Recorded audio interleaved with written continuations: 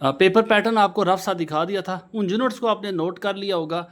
आप उन्हीं यूनिट से आप देखें, ये क्वेश्चन नंबर 2 है, सेक्शन 1 है, क्वेश्चन नंबर 2 आपको बता चुका हूँ। जो यूनिट्स आपने नोट किए होंगे 8 हैं टोटल क्वेश्चन, 8 में से आपने 5 अटैम्प्ट करने हैं, ये 10 नंबर का पार्ट है। इसी तरह क्वेश्चन नंबर 3 है, ये भी आपको यूनिट्स ऊपर दिखा चुका हूँ।